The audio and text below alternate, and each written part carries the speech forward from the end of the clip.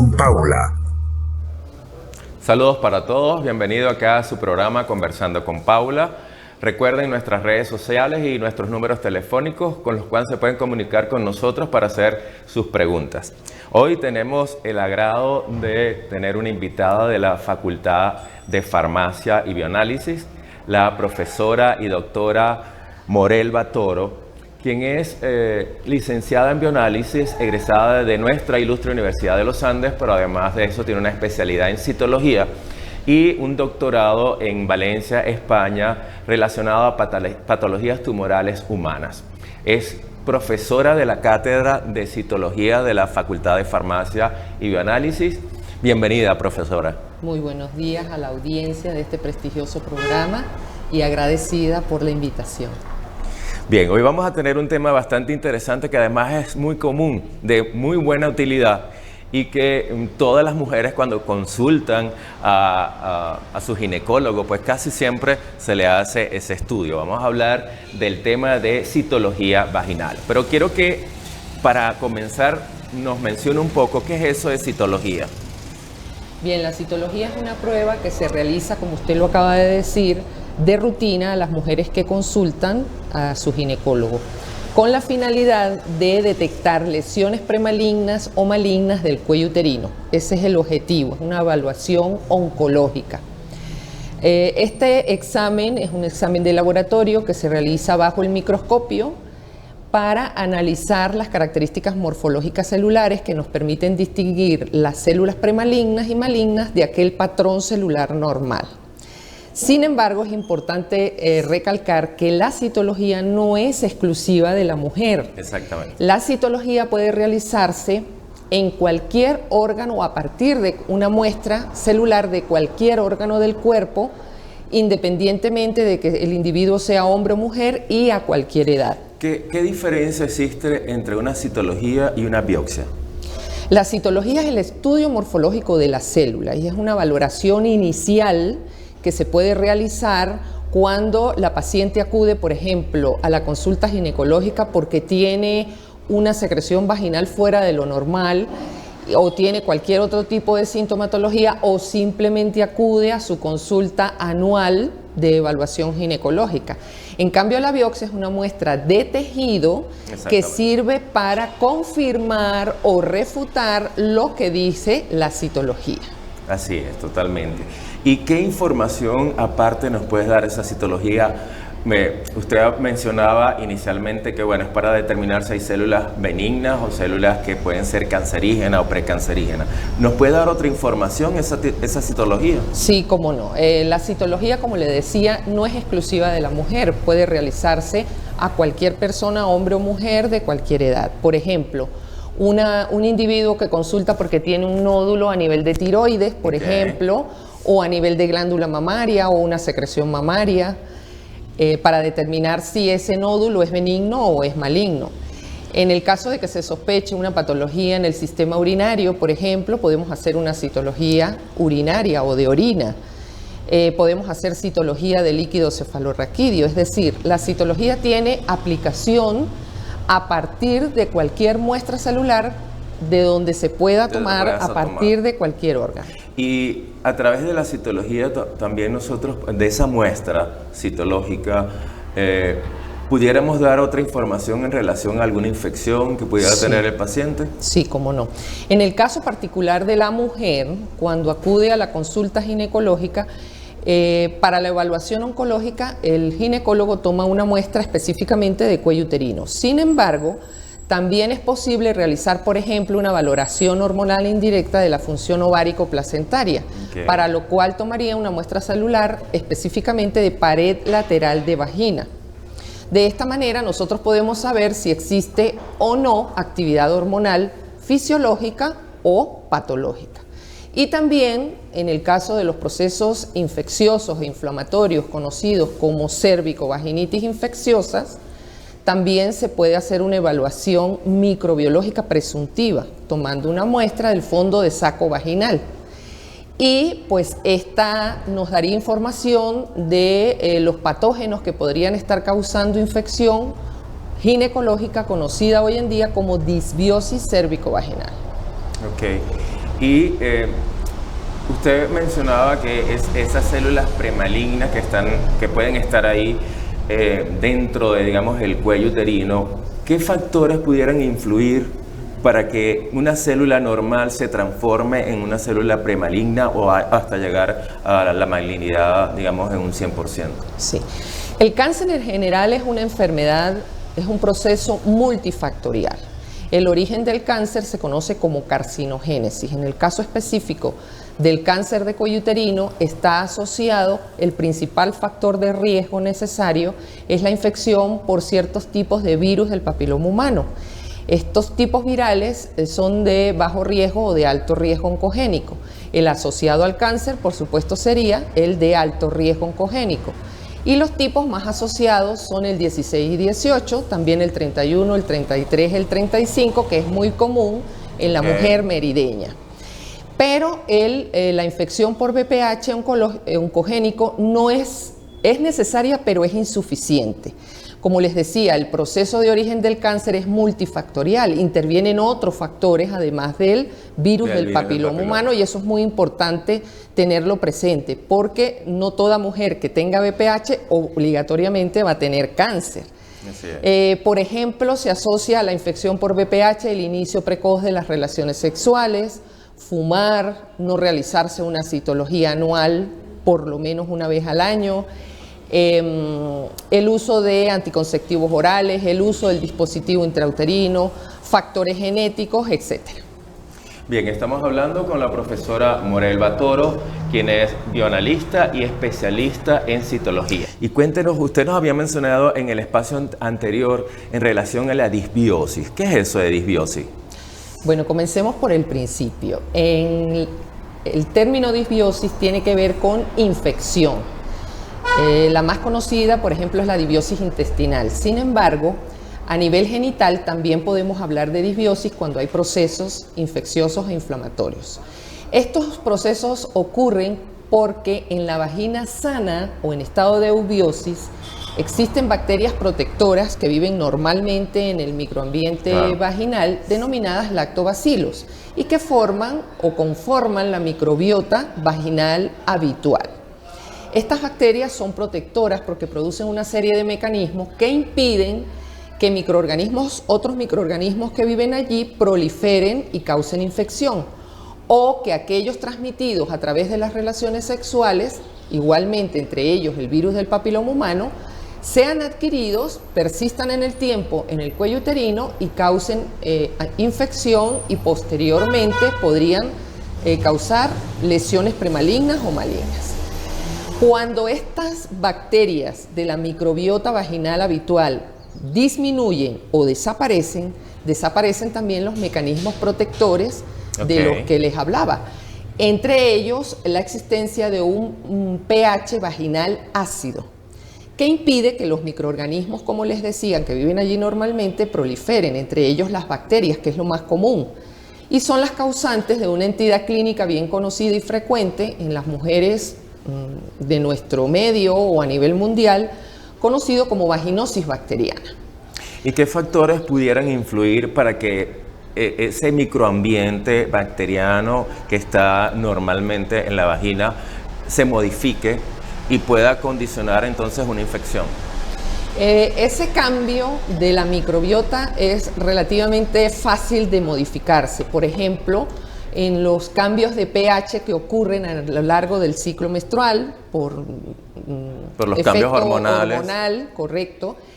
Por ejemplo, por el uso del dispositivo intrauterino en la mujer embarazada, las relaciones sexuales con múltiples parejas. Hay una serie de factores, inclusive hasta propios de cada mujer, que podrían afectar. La alimentación también pudiera cambiar. La alimentación también es un factor que se sabe. Una dieta inapropiada puede alterar la microbiota vaginal, al igual que la intestinal.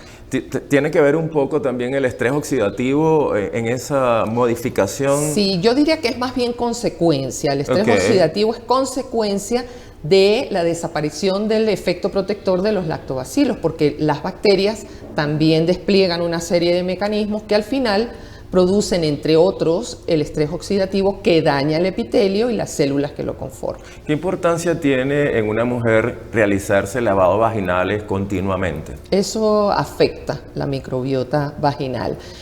Una cosa es que nos realicemos la higiene genital, por ejemplo, poscoital, de los genitales externos, y otra que todos los días o a cada rato estemos haciendo duchas vaginales que cambian el pH vaginal, y al cambiar el pH pues afecta la microbiota. Claro, porque normalmente esas duchas hacen un pH mucho más alcalino, probablemente, y modifican completamente la flora, además que producen un barrido, ¿no?, de la flora normal vaginal.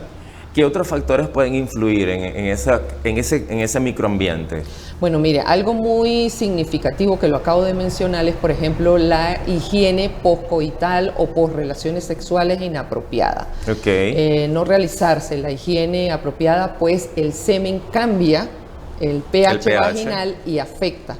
Y es por ello que muchas mujeres pues padecen de vaginosis bacteriana de manera recurrente o de candidiasis vulvovaginal, pues porque el pH afecta, pues. Claro. ¿Y qué bacterias son las más comunes que crecen a nivel de la región vaginal y producen infecciones? Hoy en día, Gardnerella vaginalis es una de las principales. Sin embargo, la vaginosis bacteriana es una infección polimicrobiana.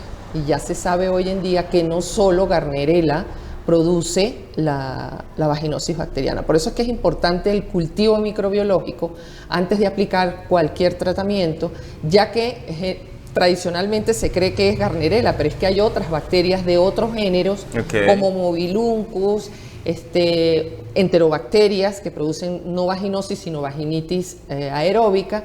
Entonces, una serie de microorganismos o hongos que no necesariamente pues requieren de un mismo tratamiento, y por ello es que hoy en día se sugiere que se haga la evaluación microbiológica antes de aplicar cualquier tipo de tratamiento. Claro, yo creo que eso es fundamental, porque a veces la paciente siempre empieza a notar cambios en su flujo o ver secreciones y comienza a tomar algún antibiótico, a automedicarse, y eso básicamente lo que hace es producir más bien resistencia de bacterias que pueden proliferar posteriormente y condicionar infecciones que pueden ser más severas y que pueden comprometer, no digamos la vida de la paciente, pero sí otras condiciones como por ejemplo la fertilidad de la paciente. La fertilidad, y producir infecciones urinarias inclusive. Obstrucción de las trompas y obviamente eso va a condicionar en esa paciente pues trastornos a futuros de la fertilidad cuando tenga su pareja estable y quiera tener un bebé. Una pregunta que nos hace la audiencia, profesora, sobre ¿qué importancia tiene la evaluación de esas bacterias en el líquido de la muestra y si eso incluye la genotipificación del BPH? Sí. Es importante en los estados de disbiosis cérvico-vaginal, o lo que se conoce tradicionalmente como infecciones cérvico-vaginales, determinar el agente causal del proceso infeccioso.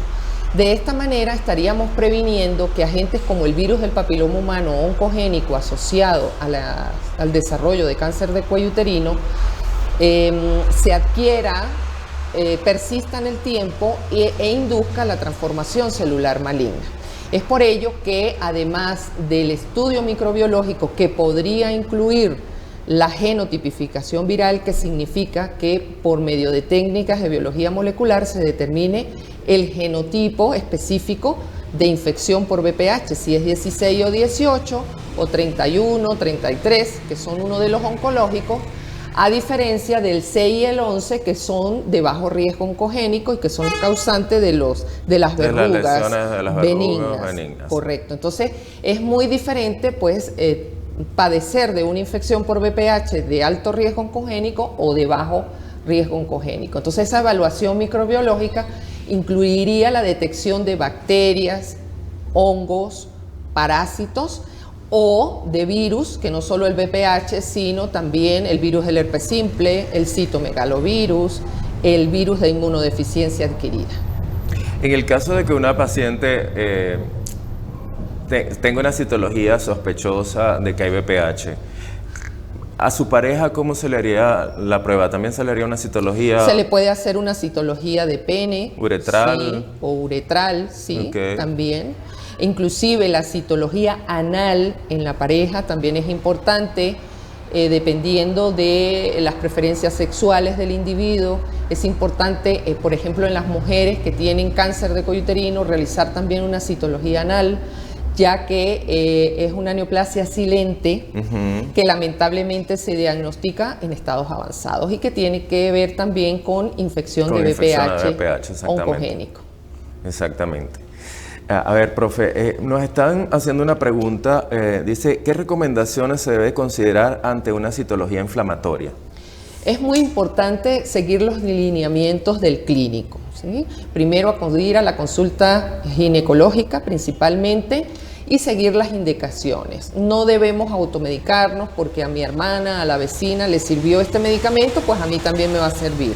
Eso es incorrecto, porque allí ya estamos fallando en la prevención específicamente del cáncer de cuello uterino, ya que la disbiosis cérvico-vaginal favorece al VPH para que éste despliegue sus mecanismos e induzca la transformación celular maligna. Entonces, lo primero, seguir las indicaciones del clínico, realizarse la evaluación microbiológica y de acuerdo a los resultados, pues el clínico aplicará el tratamiento específico para el patógeno o los patógenos que estén causando la disbiosis cérvico-vaginal. En general, ¿qué recomendaciones le daría usted a una pareja, verdad, para evitar todos esos cuadros inflamatorios infecciosos a nivel de los genitales? Bueno, el cuidado, principalmente el cuidado en las relaciones sexuales con todo lo que conlleva. Una pareja que desee, por ejemplo, tener hijos y aún no lo ha logrado, como lo mencionábamos antes, la infertilidad podría estar asociada a disbiosis cérvico-vaginal. Y no solo eso, pues claro, los embarazos, se logra el embarazo, pero el cursa con patología, con abortos, con embarazos pretérminos. Entonces, estudiar la microbiota vaginal de la pareja es supremamente importante. Bien, tenemos otra pregunta. Mencionan que en el caso de que la paciente tiene una micosis, una candidiasis vaginal, ¿es factible que puedan existir otros gérmenes que estén presentes en esa misma infección, en esa misma inflamación? Es posible que pueda haber, por ejemplo, infección por clamidias, que también tiene que ver con la fertilidad. Así es. Y asociada también como plataforma para que el VPH pues haga su transformación celular, y sí es posible que hayan otros microorganismos. De allí la importancia de la evaluación microbiológica de la pareja o de la mujer o del paciente en general. Bien, estamos hablando con la profesora Morelva Toro, quien es especialista en citología vaginal, profesora de la Cátedra de Citología de la Facultad de Farmacia. De verdad, muchísimas gracias por estar con nosotros en el programa. Fue un placer tenerla acá. Un tema muy interesante y además un tema que es del día a día. Y muy amplio. Y muy amplio, exactamente.